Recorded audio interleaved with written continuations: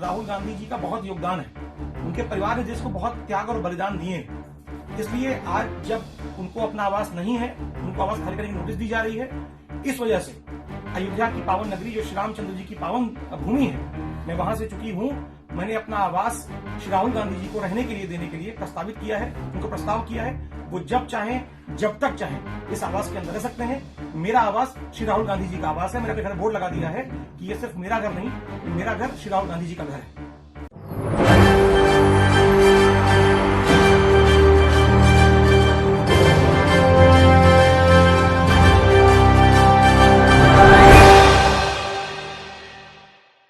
राहुल गांधी की संसद सदस्यता रद्द होने के बाद तमाम जनता राहुल गांधी के समर्थन में आ गई है। आखिरकार मोदी सरकार अडानी मुद्दे को क्यों छुपा रही है और क्यों राहुल गांधी पर शिकंजा कसा जा रहा है और क्यों तमाम विपक्ष पार्टियों को जेल में डाला जा रहा है और क्यों ईडी सीबीआई अपने तरह से शिकंजा कसती हुई नजर आ रही हैं सिर्फ और सिर्फ विपक्ष पार्टियों पर। ये तमाम सवाल होते हैं जब राहुल गांधी पर निशाना साधा जाता है। ये सवाल तभी उठते हैं जब अडानी मुद्दे को छुपाया जाता है। तो आप देखेंगे कि राहुल गांधी सिर्फ एक राहुल गांधी नहीं रह गए, अब पूरी जनता के लिए वो राहुल गांधी हो गए हैं। लगातार राहुल गांधी के हक में विपक्ष पार्टियां तो एकजुट हो ही गई हैं, वहीं अब जनता भी एकजुट होती हुई नजर आ रही है। सबका मानना है कि अडानी मुद्दे पर साजिश क्यों रची जा रही है, क्यों उसे छुपाया जा रहा है और क्यों जेपीसी मांग को लेकर मोदी सरकार खुलकर सामने नहीं आ रही है, क्यों अमित शाह दो तरफा बयान देते हैं और क्यों स्मृति ईरानी अपनी चुप्पी साधे हुए है। यहाँ पर सभी सवाल मोदी सरकार पर दागे जा रहे हैं क्योंकि अडानी को लेकर वो छुपा छुप्पी वाला खेल खेल रहे हैं। नमस्कार, मैं नाज़मीन खान और आप देख रहे हैं SPN 9 न्यूज़। लेकिन यहाँ पर आप साफ तौर पर देखेंगे कि राहुल गांधी का समर्थन जनता ने किस तरीके से किया है आप बखूबी जानते हैं। अपने द्वारा दिए गए बयान, सड़कों पर धरना प्रदर्शन और जिस तरीके से मशाल यात्रा निकाली जाती है, ये तमाम सबूत हैं और तमाम विपक्ष पार्टियों का एकजुट होना ये साबित करता है कि राहुल गांधी अब देश में अकेले नहीं हैं जो लोकतंत्र को बचाने की मुहिम चला रहे हैं। अब ऐसे में आपको बता दें कि कांग्रेस के प्रांतीय अध्यक्ष हैं अजय राय, उन्होंने एक काम किया है जिस काम को लेकर काफ़ी तारीफ हो रही है। उन्होंने अपने घर के आगे राहुल गांधी का घर लिखवा लिया है, यानी कि मेरा घर राहुल गांधी का घर, क्योंकि बीते दिन बात आई थी कि राहुल गांधी को अपना बंगला खाली करना है। तो इसी सिलसिले में अब यहाँ पर उन्होंने राहुल गांधी का घर अपने घर के आगे लिखवा लिया। तो यहाँ पर काफ़ी सियासी गर्मी देखी जा रही है और इसी गर्मी को लेकर और इसी मुद्दे पर सवालों को लेकर मेरे साथ मौजूद है मेरे सहयोगी ऋतिक से हम काफ़ी सवाल करेंगे, लेकिन उससे पहले इनका बहुत बहुत स्वागत है। धन्यवाद मैम, बहुत बहुत धन्यवाद आपका। सर, पहला मेरा ये सवाल है, जिस तरीके से राहुल गांधी पर निशाना साधा जा रहा है और उसी निशाने को साबित करते हुए राहुल गांधी साफ तौर पर जाहिर कर रहे हैं कि मैं रुकने वाला नहीं हूं, थमने वाला नहीं हूं। और उसका उदाहरण अब आपने देखा, जैसे कि मैंने बताया कि उन्होंने अजय जो राय हैं उन्होंने अपने घर के आगे राहुल गांधी का घर लिखवा लिया है। तो यहाँ क्या साबित होता है कि राहुल गांधी अब इकलौते नहीं है, पूरा जनता उनके साथ। देखिए, अजय राय का आपने जिक्र किया, अजय राय वही है जिसको लेकर जो है स्मृति ईरानी लगातार कह रही थी कि अजय राय को जेल में डालो, क्योंकि उन्होंने लटके झटके वाले शब्द का उपयोग किया था। हालांकि लटका झटका जो शब्द होता है वो एक क्षेत्रीय भाषा के तौर पर देखा जाता है, लेकिन अजय राय ने जो मुहिम चलाई है कि राहुल गांधी का घर मतलब उनका घर। राहुल गांधी का आपको बयान याद होगा, जब भारत जोड़ो यात्रा राहुल गांधी कर रहे थे उस वक्त उन्होंने बड़ी बात कही थी कि सोनिया गांधी जी से कहा था कि मम्मी मेरा घर कौन सा है। तो राहुल गांधी ने साफ तौर पर कहा कि उनका घर है ही नहीं। 18 साल से जिस बंगला में वो रह रहे थे वो बंगला सरकारी बंगला है जिसको अब खाली करवाया जा रहा है। लेकिन बड़ी बात यह है कि सोनिया गांधी ने इसका जवाब नहीं दे पाया कि राहुल जी आपका घर कौन सा है। सोनिया गांधी ने बड़ी बात कही थी कि पूरा देश ही आपका घर है और उसी मुहिम पर अजय राय आगे बढ़ रहे हैं। आप ये देखिए कि किस तरीके की तानाशाही है।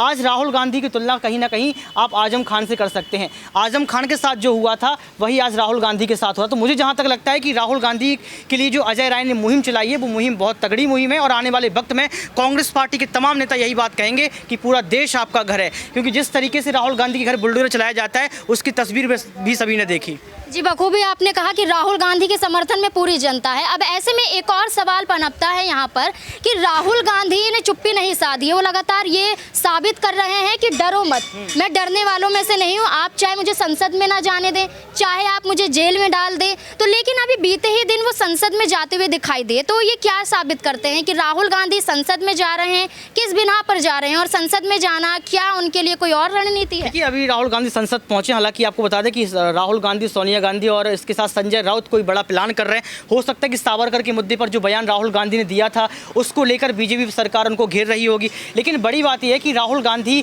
को लगातार सुर्खियों में लाया जा रहा है। लेकिन अडानी की जब हम बात करते हैं तो यहाँ पर देश के प्रधानमंत्री शांत हो जाते हैं। अडानी का मुद्दा ऐसा है कि अगर इस पर बात कर ली जाए तो बीजेपी सरकार आज ही गिर जाएगी, लेकिन इसको लेकर कोई भी बोलने को तैयार नहीं है। अडानी के मुद्दे को छुपाने के लिए जहां तक कि राहुल गांधी को घेरा जा रहा है, ये सबको सुनना पड़ेगा और समझना पड़ेगा। जी, जैसे आपने कहा मुद्दा छुपाने की बात है। बिल्कुल, गौतम अडानी आपके हैं कौन? इसको लेकर 100 एपिसोड कर चुके हैं। कांग्रेस पार्टी के सबसे बड़े नेता जयराम रमेश पूछ भी चुके कि आप बताइए कि अडानी आपके हैं कौन।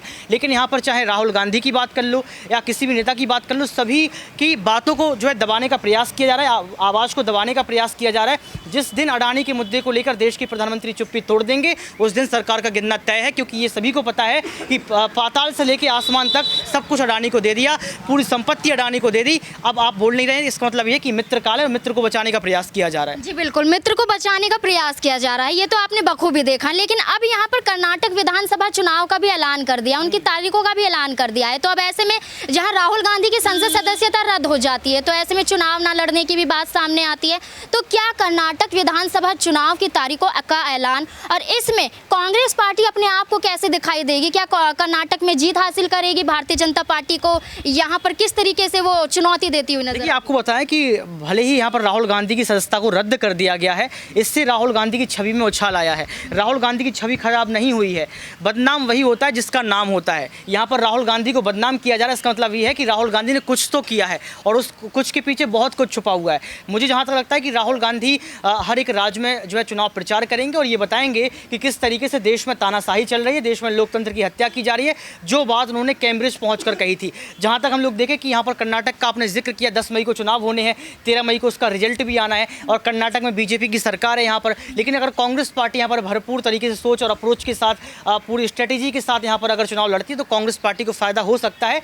राहुल गांधी पहुंचेंगे, चुनाव भी यहाँ पर बात रखेंगे, जनसंपर्क भी कर सकते हैं। आपको क्या लगता है कि कर्नाटक में कांग्रेस पार्टी भारतीय जनता पार्टी को? बिल्कुल, ये जीतना हारना एक अलग बात है, लेकिन टक्कर की हम बात कहते हैं तो Congress party versus BJP party की ही लड़ाई होती है, चाहे वो लोकसभा चुनाव हो चाहे विधानसभा चुनाव हो। हालांकि अगर विपक्ष के महागठबंधन की हम बात करें, जिस तरीके की तस्वीरें साफ नजर आ रही हैं, अगर विपक्ष महागठबंधन करता है तो कहीं ना कहीं बीजेपी पार्टी को तगड़ा झटका लग सकता है, चाहे वो कर्नाटक हो या फिर कोई भी राज्य हो। जी बिल्कुल, जैसे कहा बीजेपी को तगड़ा झटका लग सकता है। यहाँ पर कर्नाटक विधानसभा चुनाव की ही बात ना करें, आने वाले लोकसभा चुनाव की ही भी बात कर लें कि यहाँ पर आप देखेंगे कि टक्कर कड़ी देखी जाएगी कांग्रेस में और भारतीय जनता पार्टी में। लेकिन अब आप यहाँ पर बताइए कि लोकसभा चुनाव को देखते हुए और जिस तरीके से कांग्रेस मुखर होती जा रही है, क्या राहुल गांधी अपना रुख सुप्रीम कोर्ट की तरफ करेंगे? क्योंकि दोषी करार दिए जाते हैं, उनका बहुत ज़रूरी हो जाता है चुनाव लड़ना, संसद में जाना, अपनी आवाज़ों को उठाना। तो ऐसे में आपको क्या लगता है कि राहुल गांधी सुप्रीम कोर्ट का रुख करते हुए अपना बचाव कर पाएंगे? देखिए, अगर राहुल गांधी सुप्रीम कोर्ट पहुंचते हैं और सुप्रीम कोर्ट में रुख कर सकते हो सकता है उनको राहत मिल जाए।